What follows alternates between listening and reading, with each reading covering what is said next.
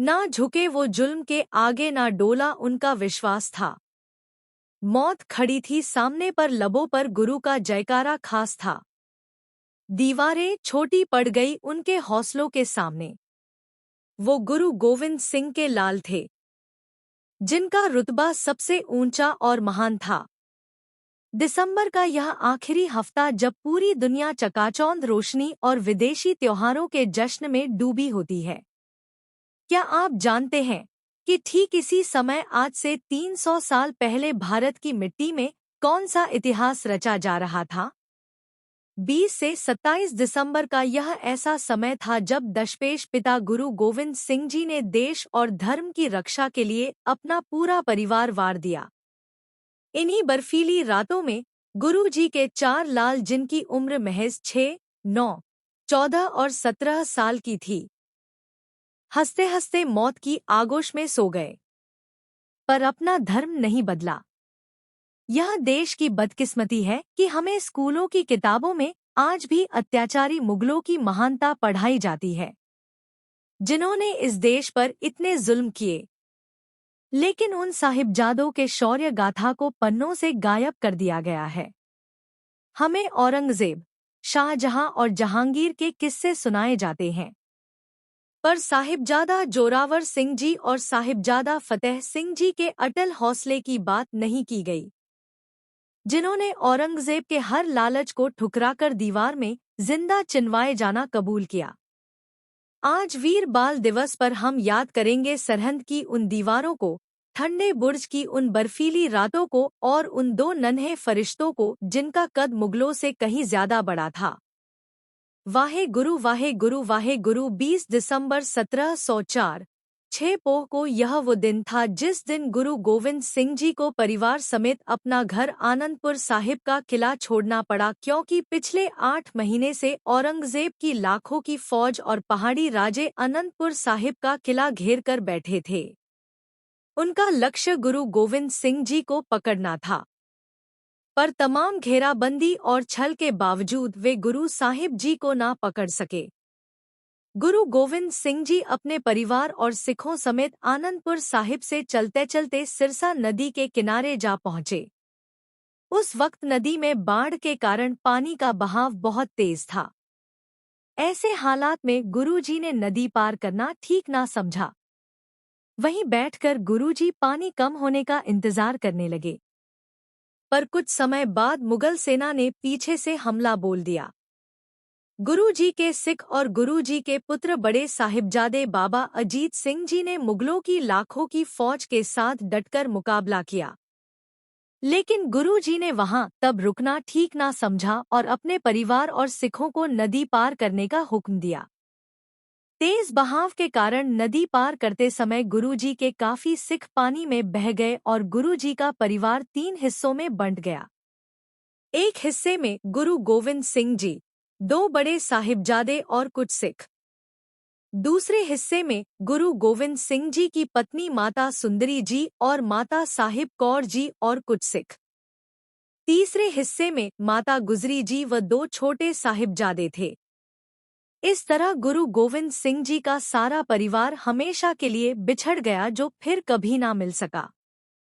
गुरु गोविंद सिंह जी की 80 वर्षीय माता गुजरी जी और उनके 2 छोटे पुत्र साहिबजादा जोरावर सिंह जी और साहिबजादा फतेह सिंह जी, जो केवल 9 और 6 साल के थे, घने जंगलों को पार करते करते सहेड़े गांव जा पहुंचे, जहां उनकी मुलाकात गंगू ब्राह्मण से हुई, जो गुरु घर का पुराना रसोइया था। माताजी गंगू से मिलकर बड़ी खुश हुई और बोली, पुत्र तुम हमें रोपड़ की तरफ ले चलो, जहां मेरे गोविंद का काफिला है। गंगू ने कहा, माताजी अभी रोपड़ की तरफ मुगलों का कड़ा पहरा है। जब फौज हट जाएगी मैं आप सबको गुरुजी के पास छोड़ आऊंगा, तब तक आप मेरे घर में शरण लें। माताजी को गंगू पर विश्वास था, क्योंकि वह काफी सालों से उनका सेवक था। पर गंगू के मन में धोखा था।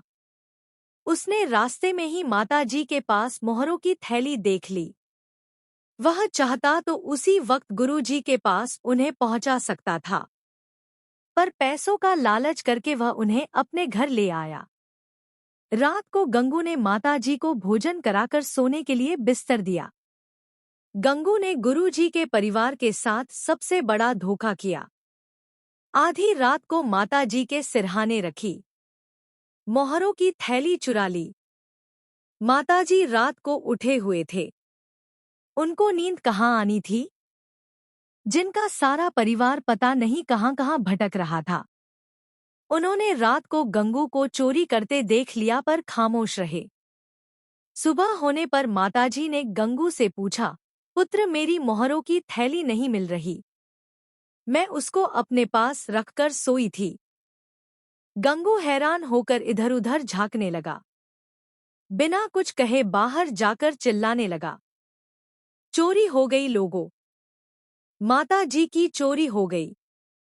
तब माताजी ने गंगू को बुलाकर कहा, इस तरह शोर मचाना ठीक नहीं, तू मोहरे अपने पास रख। यह सुनकर वह बुरी तरह घबरा गया। चिढ़कर बोला, माताजी, आप मेरी सेवा का अच्छा इनाम दे रहे हैं। एक तो मैंने आपको मुगलों से बचाकर अपने घर में पनाह दी, फिर आप मुझे ही चोर बता रहे हैं।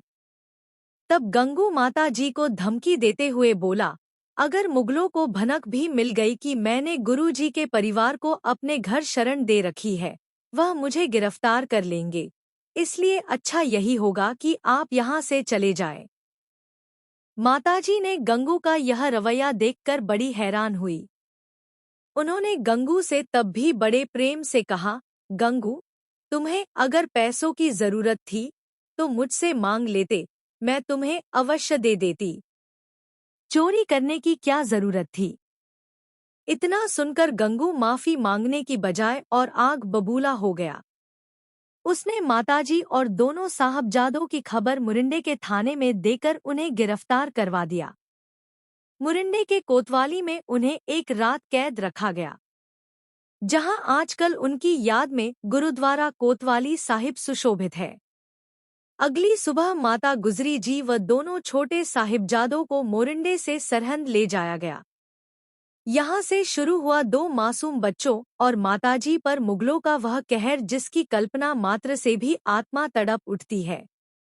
सरहंद का नवाब वजीर खान गुरु गोविंद सिंह जी को तो कैद ना कर सका, पर उनके परिवार को अपनी कैद में देखकर बड़ा खुश हुआ। उसने हुक्म दे दिया कि उन तीनों को ठंडे बुर्ज में कैद किया जाए।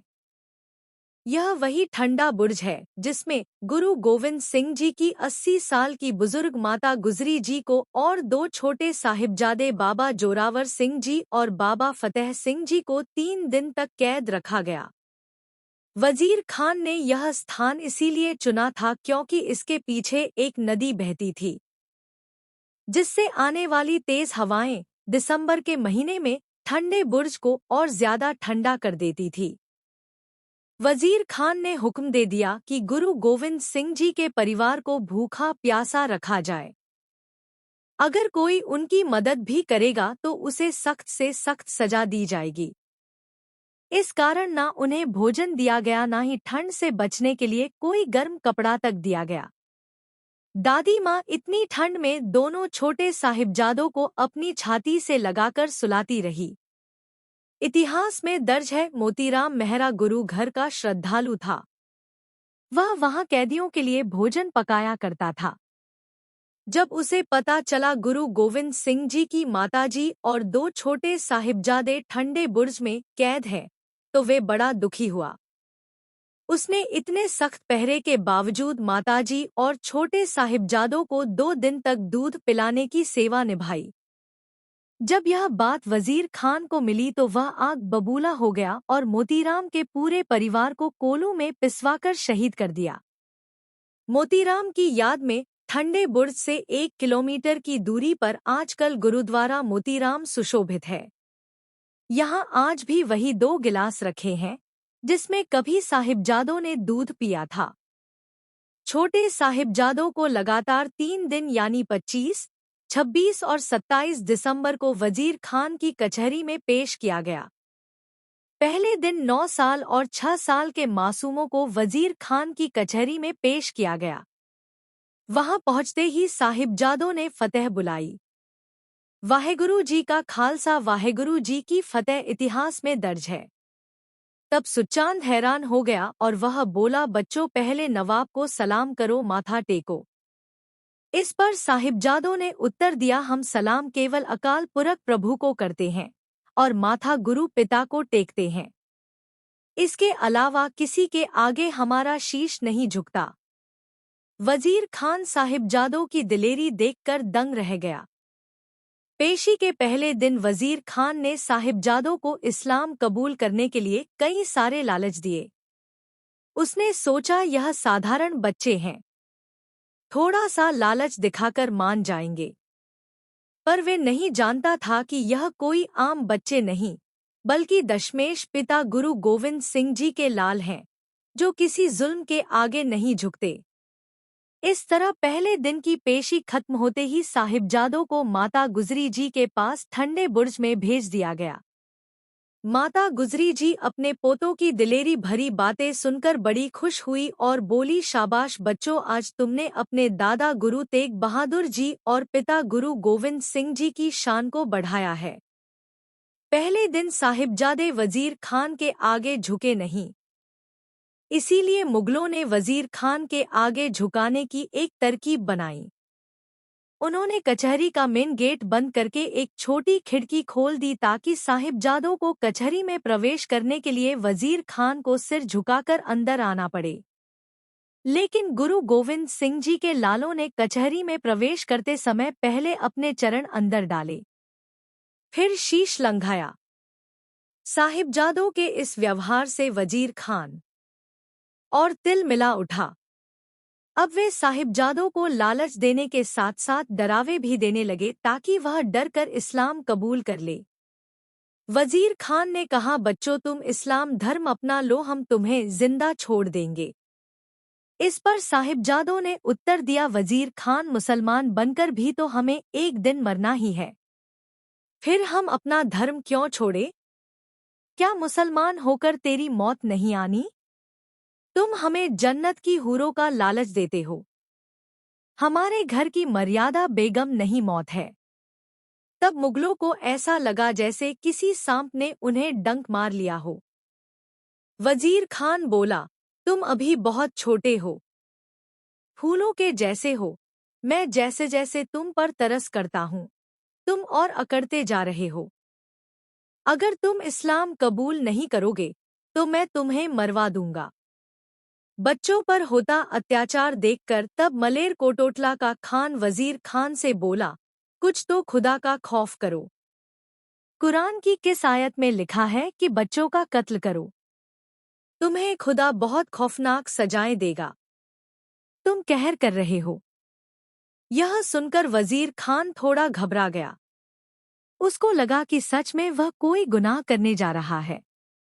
वजीर खान का दिल पिघलता देख तब दीवान सुचानंद बोला, यह तो सांप के बच्चे हैं, इन पर रहम कैसा, इन्होंने आपकी बेअदबी की है, अब इन्हें जीवित रखना ठीक नहीं। वजीर खान ने फिर साहिबजादों को डराने के लिए झूठ बोला, तुम्हारे पिता गुरु गोविंद सिंह जी और दोनों बड़े भाई हमारे सैनिकों के हाथों मारे जा चुके हैं। इस जहान में अब तुम्हारा कोई नहीं बचा, इसलिए बच्चों तुम इस्लाम स्वीकार कर लो, तभी तुम्हारी जान बख्शी जाएगी। तब 9 साल के बाबा जोरावर सिंह जी बोले, वजीर खान, अगर तू हमें जिंदा छोड़ भी देगा तब हम गुरु पिता का काम संभालेंगे। हम अमृत छकाकर लाखों सिंह तैयार करेंगे, तेरे जैसे अत्याचारियों को कोलों में पीसेंगे ताकि दुनिया से अत्याचारियों का सफाया हो सके। तेरे जुल्मों के विरुद्ध तलवार उठाकर तेरी शाही फौज को ध्वस्त कर देंगे। साहिबजादे के मुख से ऐसे तीखे वचन सुनकर कचहरी में तब सन्नाटा छा गया जैसे मुगलों के हलक से उनकी जुबान खींच ली हो। कुछ देर बाद वजीर खान उठा और हुक्म दे डाला, इन काफिरों को मेरी आंखों से दूर ले जाओ और इन्हें जिंदा दीवार में छिनवा दो। तीसरे दिन वजीर खान के सिपाही ठंडे बुर्ज में सुबह के समय दोनों छोटे साहिबजादों को लेने आ गई।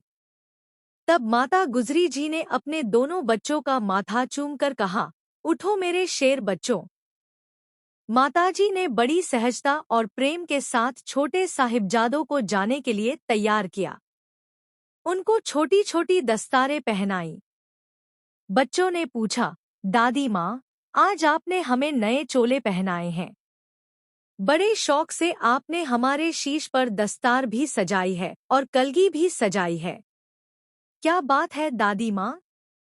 अल्लाह यार खान माता गुजरी जी के बोल इस प्रकार लिखते हैं, जाने से पहले आओ गले से लगा तो लूं, केसों को कंघी कर दूं, जरा मुंह धुला तो लूं, प्यारे सिरों पर नन्ही सी कलगी सजा तो लूं, मरने से पहले तुमको मैं दूल्हा बना तो लूं। माताजी बोले, बच्चों, जब शादी का समय आता है, दूल्हे ने घोड़े चढ़ना होता है तो तैयारी ऐसे ही की जाती है। तुमने आज मौत के साथ ब्याने जाना है मेरे बच्चों, तैयारी पूरी चाहिए, सो हिम्मत ना हारना। अब दादे वाला समय आ गया है तुम्हारे पर। बच्चे दादी से बोले, माँ, अगर दादे वाला वक्त आया है तो खबर भी दादा गुरु तेग बहादुर जी वाली आएगी। फिर बाबा जोरावर सिंह जी और बाबा फतेह सिंह जी अपने दादी के चरण छूकर सिपाहियों के साथ चलने लगे। दादी ने अपने साहिबजादों का माथा चूमा और उन्हें भेज दिया। कचहरी में पहुंचते ही वजीर खान के सिपाहियों ने साहिबजादों के छोटे छोटे पैरों में जंजीरें डाल दी। आखिरी बार उनसे पूछा गया, दीन इस्लाम में आ जाओ, गद्दी तख्तोताज सारे जहान के सुख तुम्हें मिलेंगे। क्या मिला तुम्हें सिखी में दुखों के अलावा? साहिबजादों ने उत्तर दिया, वजीर खान, तुम्हें तुम्हारा धर्म प्यारा और हमें हमारा धर्म प्यारा। सिख बनना हमने नहीं चुना, हमें तो खुद खुदा ने सिखों में पैदा किया है। वे बोले, ठीक है, फिर मरने के लिए तैयार हो जाओ। दोनों साहिबजादों को नींवों में खड़ा करके चारों तरफ से जल्लाद दीवार खड़ी करने लगे, और जब दीवार साहिबजादों के घुटने तक आई, उन मासूमों के घुटने दीवार में अटक रहे थे। जैसे ही जल्लाद दीवार सीधी खड़ी करने के लिए ईंट तोड़कर लगाने लगा, तब साहिबजादों ने कहा, देखो कहीं घुटनों के कारण दीवार ना टेढ़ी बन जाए। यह दीवार तो सिख इतिहास में जुगोंगों तक अटल रहेगी। इस दीवार में जरा संभल कर ईंटें लगाना। कहते हैं, तब जल्लादों ने दीवार सीधी बनाने की खातिर साहिबजादों के घुटनों को छील दिया। उन मासूमों के खून से धरती लाल हो उठी, पर साहिबजादों ने जुबान से सी तक ना किया, बल्कि निरंतर जपजी साहिब का पाठ करते रहे। अब दीवार साहिबजादों की छाती तक आ गई। वजीर खान बोला, तुम पल में मिटने वाले हो, अभी भी समय है, इस्लाम कबूल कर लो। इस पर बाबा जोरावर सिंह जी और बाबा फतेह सिंह जी ने कहा, हम जान देकर औरों की जानें बचा चले, सिखी की नींव हम सरों पर उठा चले। वजीर खान, तुम्हें क्या लगता है हम नींवों में खुद को चिनवाकर कोई घाटे वाला सौदा कर चले हैं? नहीं वजीर खान, हम सिखी के बनते महल की नींवों में अपना सिर देकर महल को इतना पक्का कर चले हैं कि रहती दुनिया तक सिखी का महल गिरेगा नहीं। अब दीवार साहिबजादों के माथे तक पहुंच गई। दोनों साहिबजादे ईंटों में चिनवा दिए गए। सांस घुट गया, पर कुदरत को शायद यह मंजूर नहीं था। इतिहास में दर्ज है, अचानक दीवार टूटकर बिखर गई। साहिबजादों की सांसें अभी भी चल रही थी। जल्लादों ने वजीर खान को बताया कि साहिबजादे अभी भी जिंदा है। वजीर खान ने हुक्म दिया, इनके शीश कलम कर दो। इतिहास में दर्ज है कि साहिबजादों की छाती पर बैठकर उन मासूमों का सिर धड़ से जुदा करके शहीद कर दिया गया। ऐसा कहर देखकर चारों तरफ हाहाकार मच गई। सरहंद की गलियां हाय हाय कर उठी। उसी दिन जब ठंडे बुर्ज में माता गुजरी जी को अपने साहिबजादों की खबर मिली, उन्होंने तेरा पाना मीठा लागे कहकर अपने प्राण त्याग दिए और सचखंड चले गए। तो यह थी गुरु गोविंद सिंह जी के दो छोटे साहिबजादों और माता गुजरी जी की अद्वितीय शहादत। आपसे विनती है कि आप इस वीडियो को ज़्यादा से ज़्यादा शेयर करें ताकि सिख इतिहास के बारे में सबको पता चल सके। वाहेगुरु जी का खालसा। वाहेगुरु जी की फतेह।